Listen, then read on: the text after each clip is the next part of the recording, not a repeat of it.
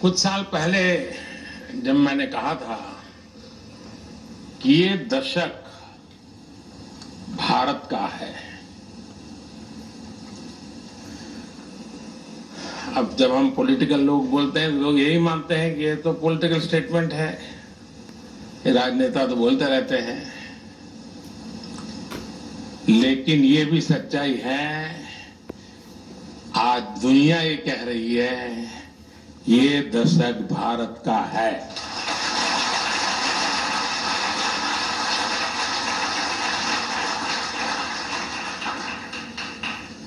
और मुझे खुशी है कि आपने एक कदम और आगे बढ़कर अब भारत द नेक्स्ट डेकेड पर चर्चा शुरू कर दी है। ये दशक विकसित भारत के सपनों को पूरा करने का एक अहम दशक है। और मैं मानता हूं कि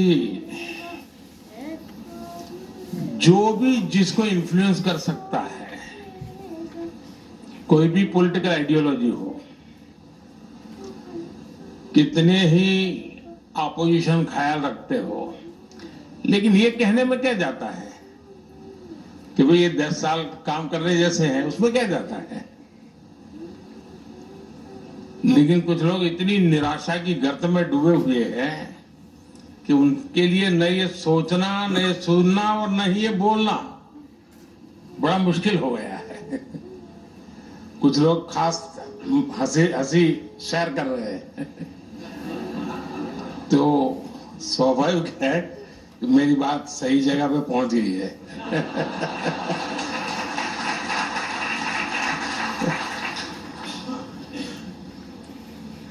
लेकिन मैं मानता हूं कि ऐसे विषयों पर चर्चा भी बहुत आवश्यक है, मंथन भी बहुत आवश्यक है।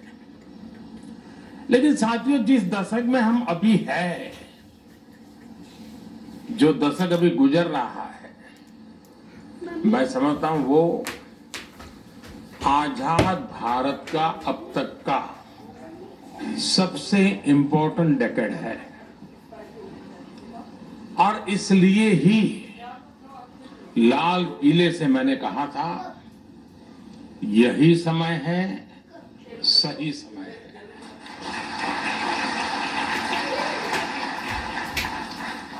ये दशक एक सक्षम, समर्थ और विकसित भारत बनाने की नींव को मजबूत करने वाला डेकेड है। ये दशक उन आकांक्षाओं को, एस्पिरेशंस को पूरा करने का है जो कभी भारत के लोगों को असंभव लगती थी। एक मेंटल बैरियर तोड़ना बहुत जरूरी है। ये दशक भारत के सपनों को, भारत के सामर्थ्य से पूरा करने का दशक होगा। और मैं ये वाक्य बड़ा महत्वपूर्ण रूप बोल रहा हूं, सपने भारत के, सामर्थ्य भी भारत का।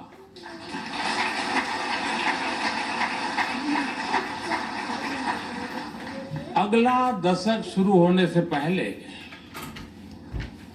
हम भारत को विश्व की तीसरी सबसे बड़ी इकोनॉमी बनते देखेंगे।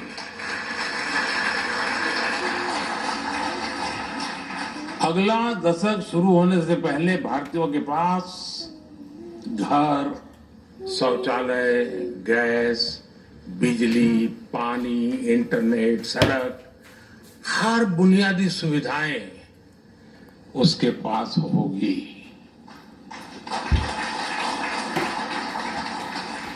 ये दशक भारत में world class expressway, high speed train, देशव्यापी वाटरवे नेटवर्क, ऐसी अनेक इंफ्रास्ट्रक्चर की आधुनिकतम चीजों के निर्माण का दशक होगा। इसी दशक में भारत को अपनी पहली बुलेट ट्रेन मिलेगी। इसी दशक में भारत को fully operational dedicated freight corridors मिलेंगे। इसी दशक में भारत के बड़े शहर या तो मेट्रो या नमो भारत रेल के नेटवर्क से जुड़ चुके होंगे। यानी ये दशक भारत की high speed connectivity, high speed mobility और हाई स्पीड प्रॉस्पेरिटी का दशक होगा।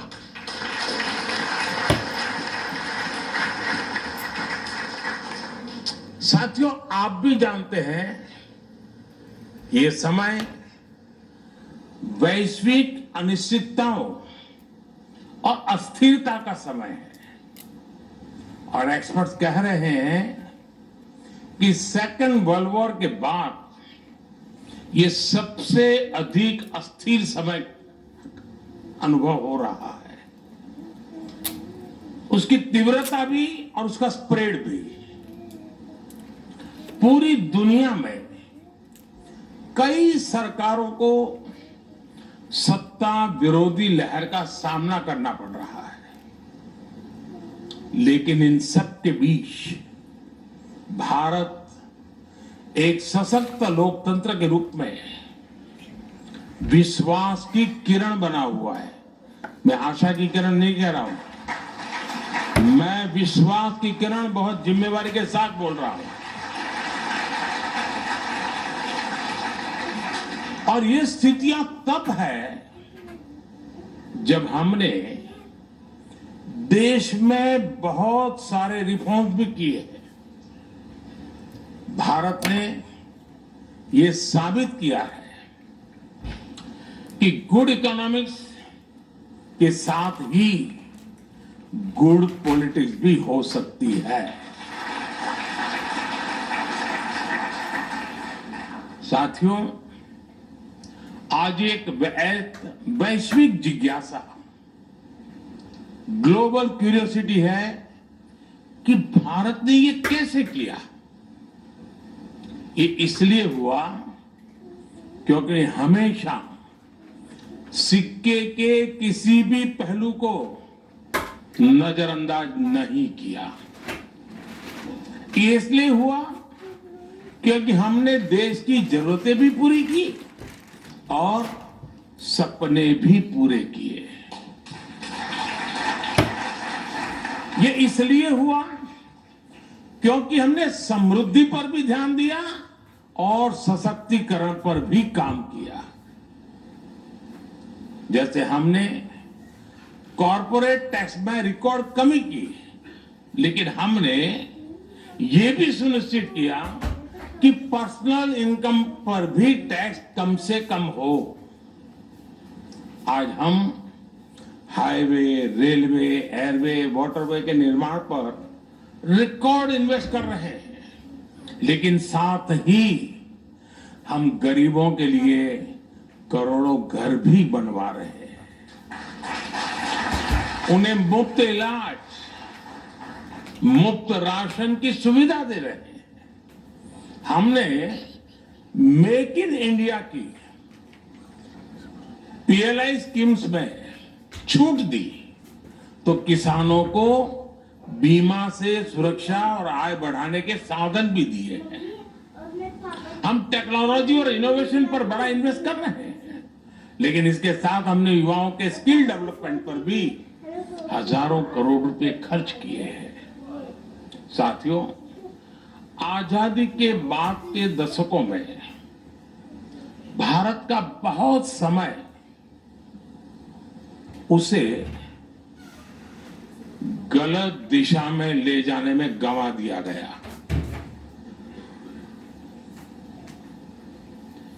एक ही परिवार पर फोकस की वजह से देश का विकास डिफोकस हो गया।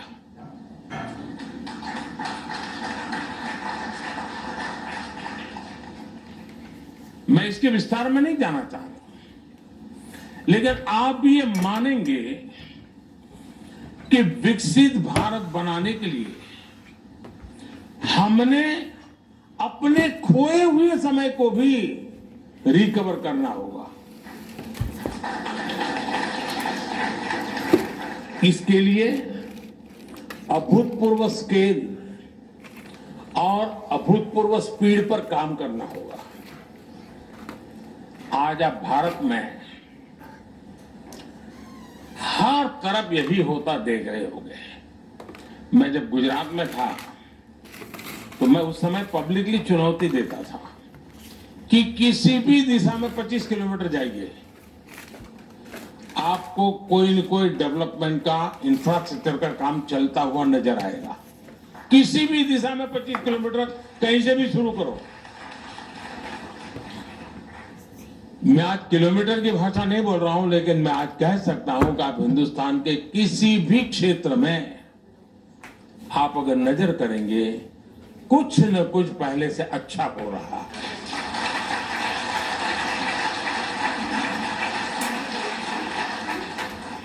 और आप लोग भले इस पर डिबेट कर रहे हैं कि तीसरे टर्म में बीजेपी को 370 से कितनी ज्यादा सीटें मिलेगी।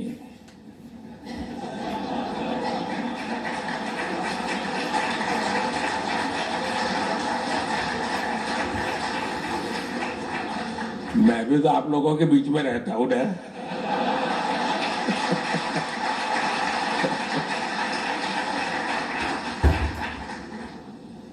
लेकिन मेरा पूरा ध्यान देश के विकास की स्पीड और स्केल पर को और बढ़ाने पर ही लगा हुआ है। अगर मैं सिर्फ 75 दिन का हिसाब दूं आपको,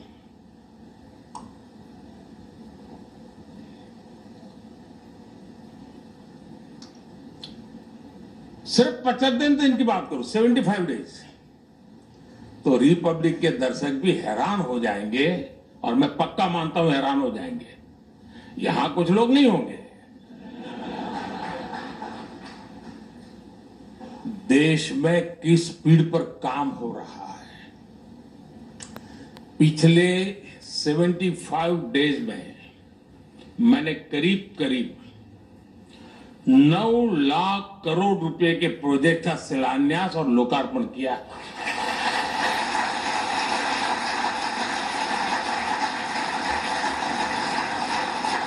ये 110 बिलियन डॉलर से भी ज्यादा होता है।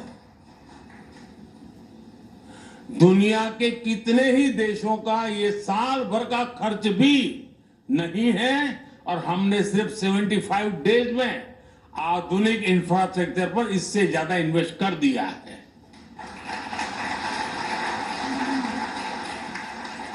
पिछले 75 दिन में देश में 7 नए एम्स का लोकार्पण हुआ है, 4 मेडिकल और nursing college, 6 national research lab शुरू हुई है, 3 IIM, 10 IIT, 5 NIT के परमानेंट कैंपस या उनसे जुड़ी सुविधाओं का शिलान्यास और लोकार्पण हुआ है,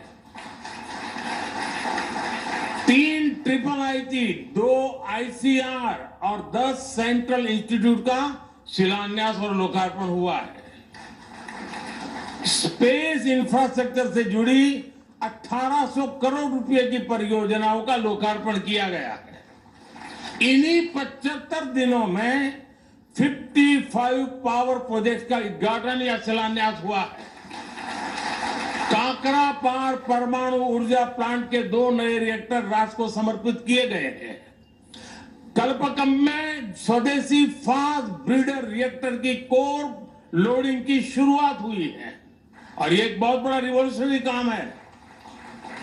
तेलंगाना में 1600 मेगावाट के थर्मल पावर प्लांट का लोकार्पण हुआ है।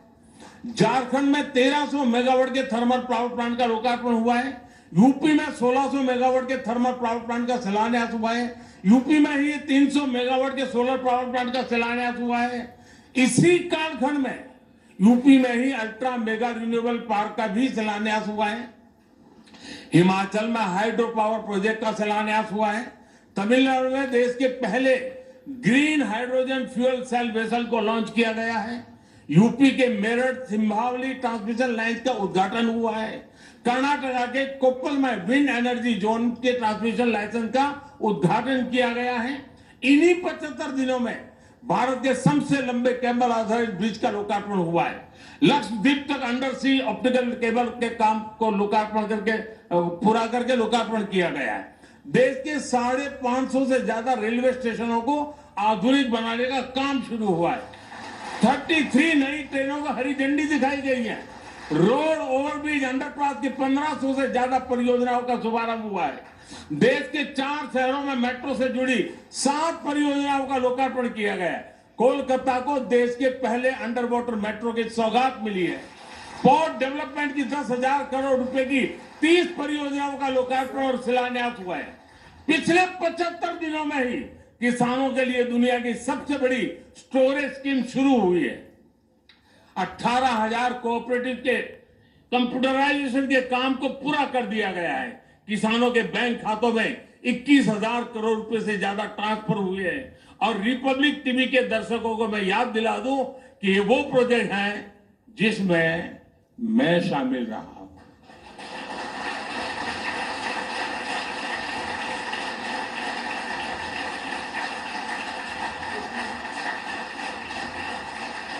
और ये मैंने सिर्फ शिलान्यास और लोकार्पण की बात की, और भी तो बहुत कुछ किया है, वो मैं नहीं बता रहा हूं। इसके अलावा मेरे सरकार के बाकी मंत्री, बीजेपी एनडीए की दूसरी सरकारों की लिस्ट अगर मैं बोलता जाऊंगा तो मैं नहीं मानता हूं आप सुबह की चाय का इंतजाम किया है कि नहीं किया है।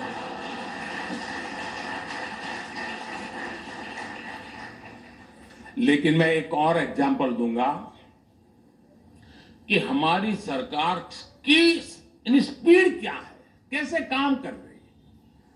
आप भी जानते हैं कि इस साल के बजट में, यानी बजट तो अभी गया है, इस साल के बजट में सोलर पावर से जुड़ी एक बड़ी योजना की घोषणा की गई थी। बजट की घोषणा के बाद पीएम सूर्यघर मुफ्त बिजली योजना को कैबिनेट से मंजूरी देने में, लॉन्च करने में 4 सप्ताह से भी कम का समय गया है। अब तो 1 करोड़ घरों को सूर्य घर बनाने के लिए सर्वे भी शुरू हो गया है। इस योजना के तहत सरकार की तैयारी 300 यूनिट तक मुफ्त बिजली देने और अतिरिक्त सोलर यूनिट से लोगों को कमाई करवाने की भी है। आज देशवासी हमारी सरकार की स्पीड और स्केल को अपनी आंखों से देख रहे हैं, महसूस कर रहे हैं, और इसलिए ही वो कह रहे हैं एक बार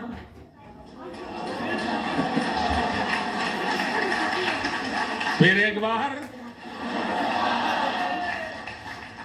साथियों, अक्सर लोग मुझसे पूछते हैं कि आपके खिलाफ इतनी नेगेटिव कैंपेन चलाई जाती है, इतने हमले होते हैं, आपको फर्क नहीं पड़ता क्या?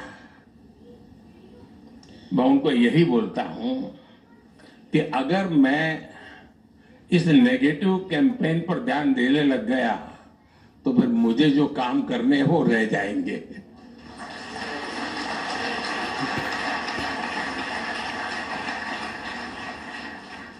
मैंने 75 दिन का रिपोर्ट कार्ड आपके सामने रखा है, लेकिन साथ ही मैं अगले 25 साल का रोड मैप भी लेकर चल रहा हूं। और मेरे लिए एक एक सेकंड कीमती है। इस चुनावी माहौल में भी हम अपने कामकाज को लेकर जनता के पास जा रहे हैं, लेकिन दूसरी तरफ क्या है? दूसरी तरफ गुस्सा है, गालियां हैं, निराशा है। इनके पास न मुद्दा है और न कोई समाधान है। ऐसा क्यों हो रहा है? ऐसा इसलिए है क्योंकि इन पार्टियों ने 7 दशक तक सिर्फ स्लोगन्स पर चुनाव लड़ा। ये लोग गरीबी हटाओ कहते रहे, ये स्लोगन से उनकी सच्चाई है। बीते 10 साल में लोगों ने स्लोगन्स नहीं, सॉल्यूशंस देखे हैं।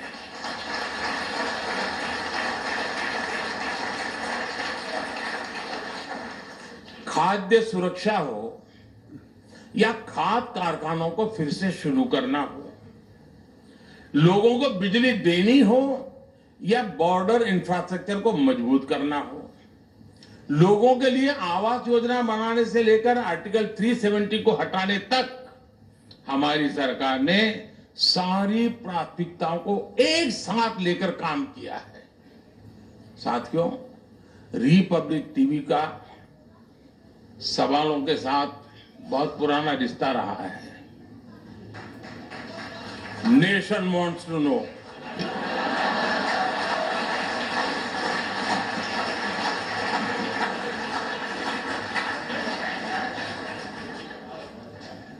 और ये कहते कहते आप लोग अच्छों के पसीने छुड़ा दिए हैं। पहले देश में सवाल होता था कि आज देश कहां है, देश किस हालत में है। लेकिन देखिए, बीते 10 वर्षों में ये सवाल कैसे बदल गए हैं। 10 साल पहले लोग बोलते थे हमारी इकोनॉमी का अब क्या होगा। आज लोग पूछते हैं हम कितनी जल्दी तीसरी सबसे बड़ी इकोनॉमी बनेंगे। 10 साल पहले लोग बोलते थे हमारे पास ये विकसित देशों वाली टेक्नोलॉजी कब आएगी। आज लोग विदेशों से आने वालों से पूछते हैं आपके यहां डिजिटल पेमेंट नहीं होता है क्या।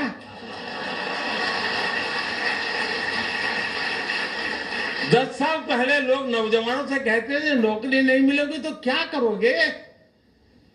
आज लोग नौजवानों से पूछते हैं तुम्हारा स्टार्टअप कैसा चल रहा है। 10 साल पहले एनालिस्ट पूछते थे इतनी महंगाई क्यों है। आज यही लोग पूछते हैं पूरी दुनिया के संकट के बाद भी भारत में महंगाई नियंत्रण कैसे है। 10 साल पहले पूछा जाता था विकास क्यों नहीं हो रहा, आज पूछा जाता है आखिर हम इतनी तेजी से विकास कर कैसे रहे हैं। पहले लोग पूछते थे अब कौन सा घोटाला निकला, आज पूछा जाता है अब कौन से घोटालेबाज पर कार्रवाई हुई।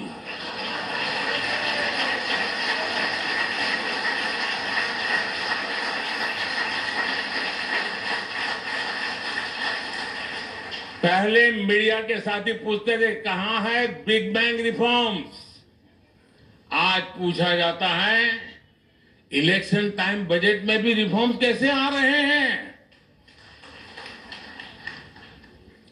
10 साल पहले लोग पूछते थे जम्मू कश्मीर से आर्टिकल 370 कभी खत्म होगा क्या, आज पूछा जाता है कश्मीर में कितने पर्यटक आए, कश्मीर में कितना निवेश आया। वैसे मैं आज सुबह ही श्रीनगर में था, अनेकों नई परियोजनाओं का शिलान्यास करके और लोकार्पण करके आया हूं। और आज नजारा ही कुछ और था दोस्तों। 40 साल से मेरा उस धरती से नाता रहा है। आज मैंने अलग मिजाज देखा, अलग रूप देखा, सपने देखे, आत्मविश्वास से भरे हुए लोग देखे मैंने। साथियों, दशकों तक सरकारों ने जिन्हें कमजोर मानकर, लायबिलिटी मानकर छोड़ दिया, इन 10 वर्षों में हमने उनकी जिम्मेदारी लेने का काम किया है।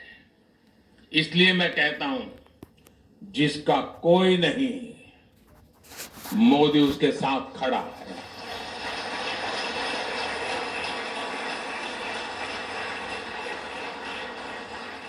आप एस्पिरेशनल डिस्ट्रिक्ट का उदाहरण लीजिए। वर्षों तक इन जिलों को, यहां रहने वाले करोड़ों देशवासियों को पिछड़ा बताकर भाग्य के भरोसे छोड़ दिया गया था। ये पिछड़ा इलाका है। हमारी सरकार ने ना सिर्फ सोच बदली, बल्कि अप्रोच भी बदला और साथ साथ उनका भाग्य भी बदला। इसी तरह हमारे बॉर्डर किनारे के जिले और वहां के रहने वालों की भी जिंदगी थी। पहले की सरकारों की नीति थी कि सीमा से सटे इलाकों का विकास ना हो। ऑफिशियल कहते थे विकास ना हो।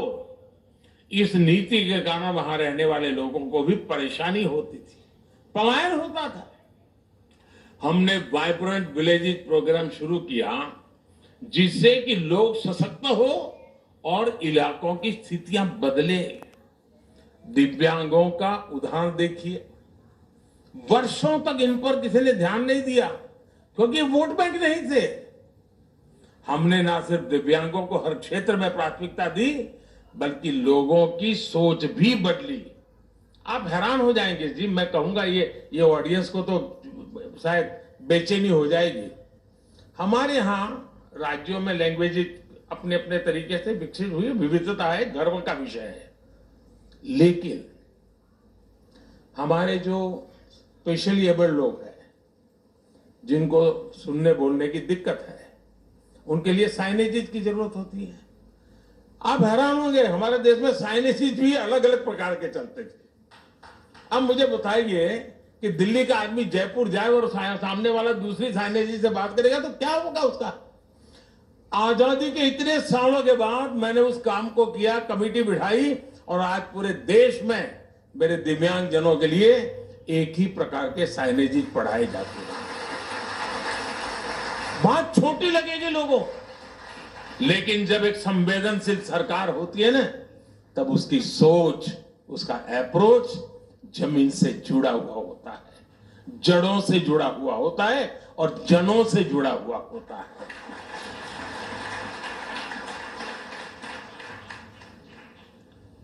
और देखिए, दिव्यांगों के प्रति आज समाज का नजरिया बदला है। पब्लिक इंफ्रास्ट्रक्चर का निर्माण तक दिव्यांगों के हिसाब से अब बनना। आर्किटेक्चर जो होते हैं वो भी डिजाइन करते समय दिव्यांग के लिए बना करके ले आ रहा है। ऐसे कितने ही स्पेशल ग्रुप और कम्युनिटीज है जिन्हें आजादी के बाद से कोई महत्व नहीं दिया गया। हमने ऐसी गुमंतु जनजातियों के लिए स्पेशल वेलफेयर बोर्ड बनाया। किसी ने भी हमारे लाखों रेडी पटरी वाले दुकानदारों के बारे में नहीं सोचा, लेकिन कोरोना के समय हमारी सरकार ने इनके लिए पीएम स्वनिधि योजना बनाई। किसी ने भी हमारे उन स्किल्ड कलाकारों की परवाह नहीं की जिन्हें आज हम विश्वकर्मा कहते हैं। हमने ये सुनिश्चित किया कि इस वर्ग को स्किलिंग से फंडिंग तक किसी चीज की दिक्कत ना आए। इस पर केंद्र सरकार अब 13,000 करोड़ रुपए खर्च कर रही है। साथियों, रिपब्लिक टीवी की टीम जानती है कि हर उपलब्धि के पीछे मेहनत, विजन और संकल्पों की एक लंबी यात्रा होती है, जो अभी अर्नब ने भी थोड़ा बहुत ट्रेलर दिखाया हमको। भारत भी अपनी इस यात्रा में तेज गति से आगे बढ़ रहा है। अगले डेकेड में भारत जिस ऊंचाई पर होगा वो अभूतपूर्व होगी, अकल्पनीय होगी। और ये भी मोदी की गारंटी है।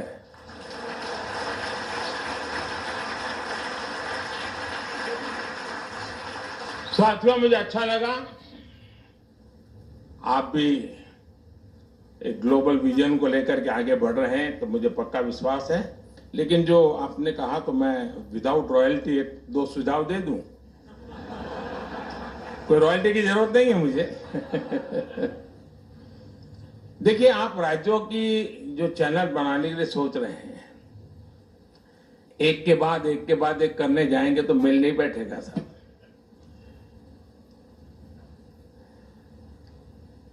मैं मूलतः मेरा सोचने का तरीका ही अलग है, इसलिए मैं कह रहा हूं, आप एक डेडिकेटेड ऐसी चैनल बनाइए जिसमें आप टाइम फिक्स कीजिए कि 2 घंटे गुजराती, 2 घंटे बंगाली, 2 घंटे मलयालम, एक ही चैनल होगी। और आज गूगल गुरु आपका ट्रांसलेशन तो कर ही देता है, और मैं एआई की दुनिया में काफी आगे बढ़ा रहा हूं देश को। अब मेरे अपने भाषण 8-9 भाषाओं में तो आप आसानी के साथ सुन सकते हैं। अभी मैं भाषण कर रहा हूं, सभी भाषाओं में बहुत ही विदाउट नो टाइम मिल जाएंगे। तमिल लोगों को मिलेगा, पंजाबियों को मिलेगा।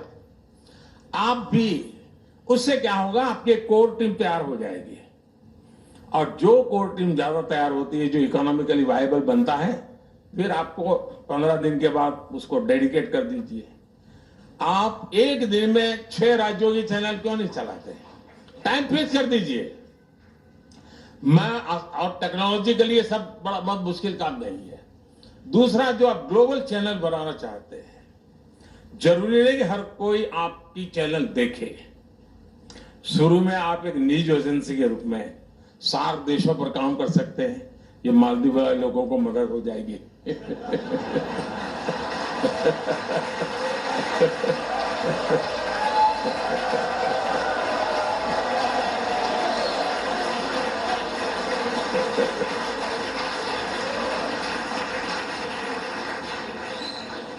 नसीब मेरा बहुत पुराना दोस्त है, तो मैं उसे कुछ भी कह सकता हूं। लेकिन अगर आप 4 देशों में कम से कम, क्योंकि उन लोगों को इंडिया के न्यूज में इंटरेस्ट होता है 4 देशों में, उनकी लैंग्वेज एक प्रकार से, फिर बिम्स्टेक में चले जाइए। धीरे धीरे मैं समझता हूं, लेकिन ये काम ऐसा नहीं होता है कि इस 5 साल में मनरेगा करूंगा, फिर 5 साल तक मनरेगा के डोल पिटूंगा। देश ऐसे नहीं चलता है जी। देश तेज गति से चलता है। देश को बहुत बड़े काम करने होते हैं। और मैं मानता हूं आपको तो चुनाव लड़ना नहीं है, भी चिंता क्यों कर रहे हो? और मुझे लड़ना है तो भी मैं चिंता नहीं करता हूं।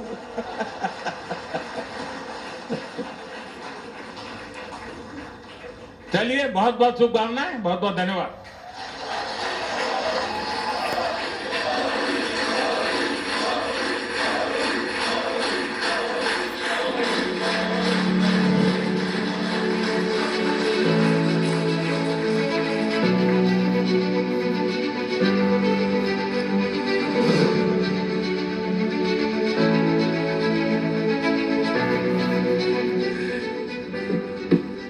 मोदी जी, प्रधानमंत्री जी,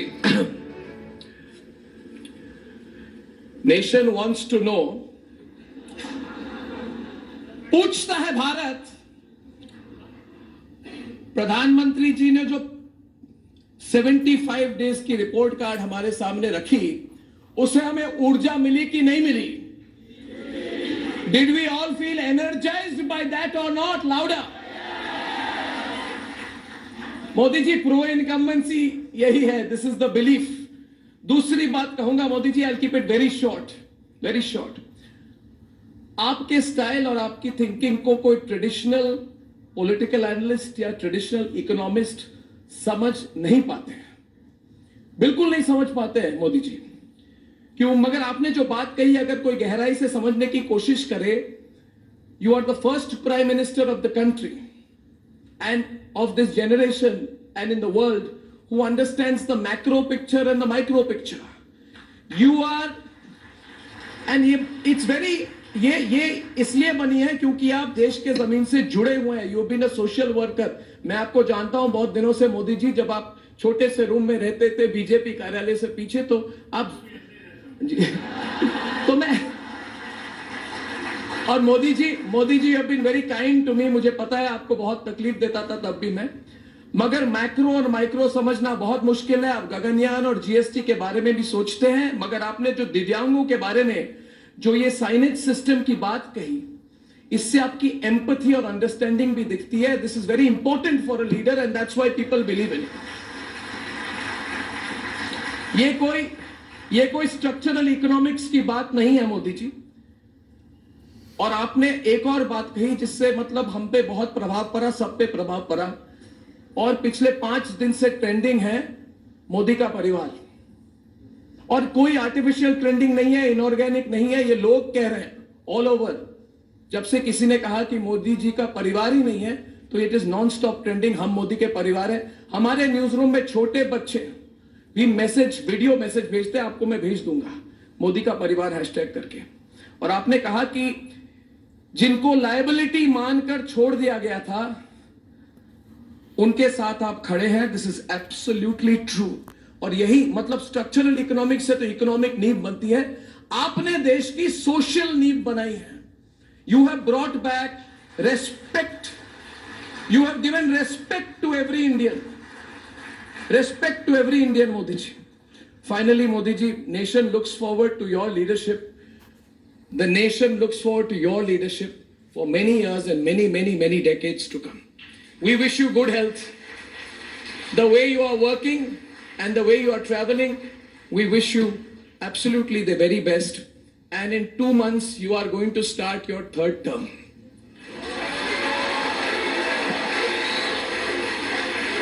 मतलब अभी तो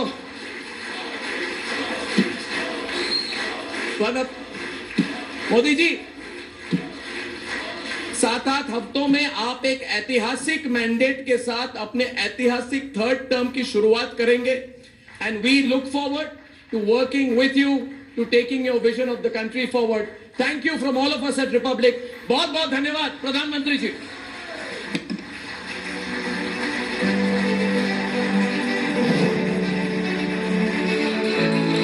Ladies and gentlemen, kindly remain in your places until the Honorable Prime Minister has left the hall. With that invigorating and inspirational vision, the Honorable Prime Minister